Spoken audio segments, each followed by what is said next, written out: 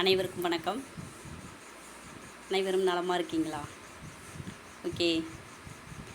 சொன்னேன் இல்லையா, காப்பீடு மற்றும் ஓய்வூதியங்கள். முன்னாடி நம்ம காப்பீடுனா என்ன, அது என்னென்ன எதுக்காக எடுக்கிறோம் அப்படிங்கிறத சொல்லியிருந்தேன். அது வந்து ஓரளவுக்கு சொல்லிட்டு போயிட்டேன் இல்லையா, டச் பண்ணிவிட்டு மட்டும் போயிருந்தேன்.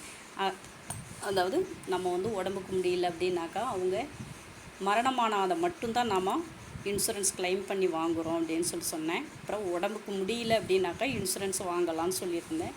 அது இந்த ஒருக்கு பற்றிய அகால மரணத்துக்கான ஆயுள் காப்பீடு. அது பாருங்கள், விபத்துக்களால் ஏற்படும் இழப்பை விபத்து காப்பீடு ஈடு செய்கிறது இல்லையா. அதாவது நம்ம ஒரு வண்டியில் போயிட்டுருக்காங்க அப்படின்னும்போது, டூ வீலரில் போகிறாங்க அப்படின்னாக்கா அவங்க வந்து இன்சூரன்ஸ் எடுத்திருப்பாங்க. இப்போ ஆக்சிடெண்ட் ஆயிடுச்சு அப்படின்னாக்கா வண்டிக்கு இன்சூரன்ஸ் இருக்குது, கிளைம் பண்ணிக்கலாம் அப்படின்னு சொல்லுவாங்க. வண்டிக்கு தான் இன்சூரன்ஸ் இருக்குது, மனிதனுக்கு இன்சூரன்ஸ் இருக்குமான்னு பார்த்தா இருக்காது. அதே மாதிரி இன்சூரன்ஸ் வண்டிக்கு போடுறாங்க அப்படின்னும் போது 1% இன்சூரன்ஸ் போட்டிருப்பாங்க, 2% கூட வரவங்களுக்கு இன்சூரன்ஸ் போட்டிருப்பாங்க, ரைட்டு. 3rd person இன்சூரன்ஸ் போடணும். அதாவது ஆப்போசிட்டில் வரவங்களுக்கு, நம்மளால் மோதி ஆப்போசிட்டில் வரவங்களுக்கும் ஆபத்து ஏற்பட்டுச்சு, நமக்கும் ஆபத்து ஏற்பட்டுச்சு அப்படின்னும் போது 3 பேருக்குமே அதில் வந்து இன்சூரன்ஸ் கிளைம் பண்ணிக்கலாம், வண்டிக்கும் கிளைம் பண்ணிக்கலாம். இப்போது வண்டிக்கும் அதில் வந்துடுது. 2 பேர் வண்டியில் போயிருக்கவங்களுக்கும் இன்சூரன்ஸ் கிளைம் பண்ணிக்கலாம். எதிரில் ஆப்போசிட்டில் வந்தவங்களுக்கு ஆபத்து ஏற்பட்டுச்சுன்னா அவங்களுக்குமே இன்சூரன்ஸ் கிளைம் பண்ணலாம். அப்போது 4 இன்சூரன்ஸ் அதிலே வந்துடுது இல்லையா. நம்ம மக்கள் வந்துட்டு அதை பார்க்கறது கிடையாது. வண்டிக்கு இன்சூரன்ஸ் போட்டிருப்பாங்க, நமக்கு இன்சூரன்ஸ் எடுத்துருக்குமோன்னு பார்த்தாக்கா அதுவுமே அதிகமாக எடுத்துருக்க மாட்டாங்க. ஆனால் வண்டி வாங்கும்போது வண்டி இன்சூரன்ஸ் போட்டு கொடுத்துருப்பாங்க, மனிதனுக்கு இன்சூரன்ஸ் போட்டு கொடுத்துருப்பாங்க. அதை வந்து நம்ம ரொட்டேஷனாக அதை வந்து நம்ம அதை ரொட்டேஷன் முறையில் அதை நம்ம பண்ணியிருக்க மாட்டாங்க. அதுக்கடுத்து பார்த்தீங்கன்னா நோய்க்கான ஆரோக்கிய காப்பீடு. சொன்னேன் இல்லையா, உடம்புக்கு முடியல அப்படின்னாக்கா ஹாஸ்பிட்டலில் இருந்தால் எத்தனை நாள் பெட்டில் இருந்தோமோ அத்தனை நாளைக்கு ஒரு நாளைக்கு 1000 ரூபான்ட்டு ஆரோக்கிய காப்பீடு அது வந்து எடுத்துக்கலாம். அடுத்து கால்நடை காப்பீடு. சொன்னேன் இல்லையா, கால்நடை காப்பீடு இது எங்கே எடுக்கணும் அப்படின்னு பார்த்தீங்கன்னாக்கா கால்நடை மருத்துவமனை, ஜிஹெச் கவர்மெண்ட் ஹாஸ்பிட்டல் இருக்கு இல்லையா, கவர்மெண்ட்டில் கால்நடை மருத்துவமனை இருக்கு இல்லையா, வெட்டனரி டாக்டர் தான் அதை கொடுக்கணும்.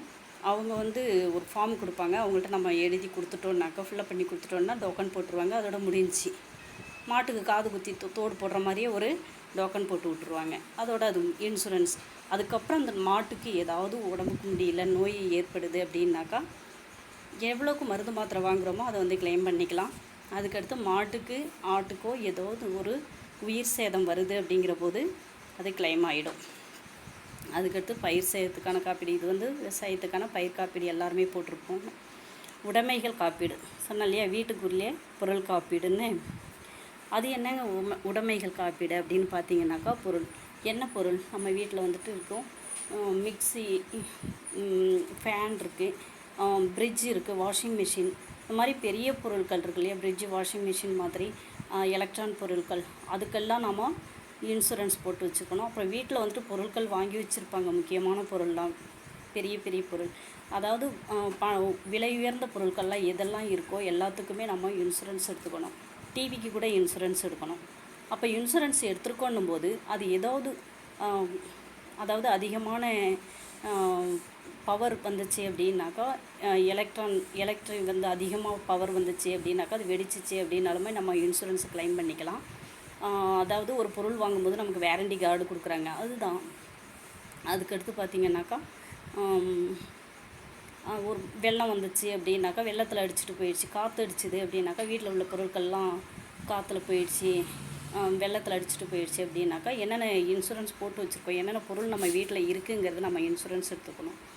வீட்டில் அதாவது 2 வீலர் இருக்குது, 4 வீலர் இருக்குது, நம்ம எலக்ட்ரானிக் பொருள் இருக்குது, என்னென்ன இருக்குதோ அத்தனை பொருட்களுமே நம்ம கொடுத்து இன்சூரன்ஸ் எடுத்துக்கணும். அப்போ எடுக்கும்போது பார்த்திங்கனாக்கா, இல்லை தொழில் பண்ணுறதுக்கு வீட்லேயே வச்சுட்டு சின்ன தொழில் பண்ணுவாங்க, குடிசை தொழில் பண்ணுவாங்க, அதுக்கு மிஷின் வாங்கியிருப்பாங்க.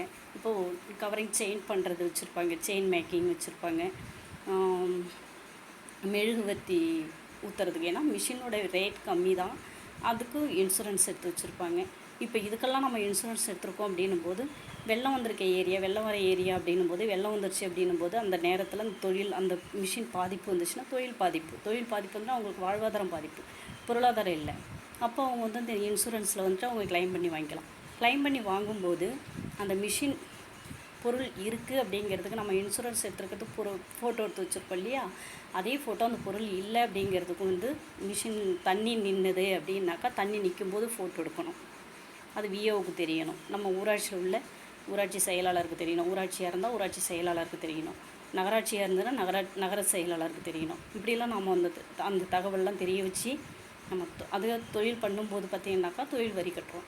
தொழில் பண்ணாமல் வீட்டில் எலக்ட்ரானிக் பொருள் மட்டும் இருக்குது அப்படின்னும் போது, அதாவது வாஷிங் மிஷின், ஃப்ரிட்ஜு அப்படிலாம் இருக்குன்னும் போது நம்ம வந்து இபி பில் கட்டுறோம் இல்லையா, இதெல்லாம் யூஸ் பண்ணுறோன்னு சொல்லிட்டு அது அதில் தெரிஞ்சிடும். அதெல்லாம் தண்ணியில் நின்றுடுச்சு அப்படின்னும் போது, தண்ணி நின்றுது அப்படின்னா பொருள் நஷ்டம். இதுக்கு வந்து அங்கே அதில் இன்சூரன்ஸை க்ளைம் பண்ணி வாங்கிக்கலாம். சரிங்களா? இன்சூரன்ஸ் இது வந்து உடைமைகளுக்கான இன்சூரன்ஸ் நாம் எடுக்கிறது. அதாவது நம்ம வந்து இன்சூரன்ஸ் நம்ம எல்லா விஷயத்துக்குமே எடுத்து வச்சுருக்கிறது நமக்கு நல்லது. சரிங்களா? இந்த இன்சூரன்ஸ் நாம் எடுக்கிறது இல்லாத நம்மளை சார்ந்தவங்களையும் எடுக்க வச்சுக்கணும். இன்சூரன்ஸை பற்றி நான் உங்களுக்கு தெளிவான விஷயங்களை நாம் கொடுக்கணும். சரிங்களா? நன்றி, வணக்கம். வேறு ஏதேனும் தகவல் இருந்தாலும் கேளுங்கள்.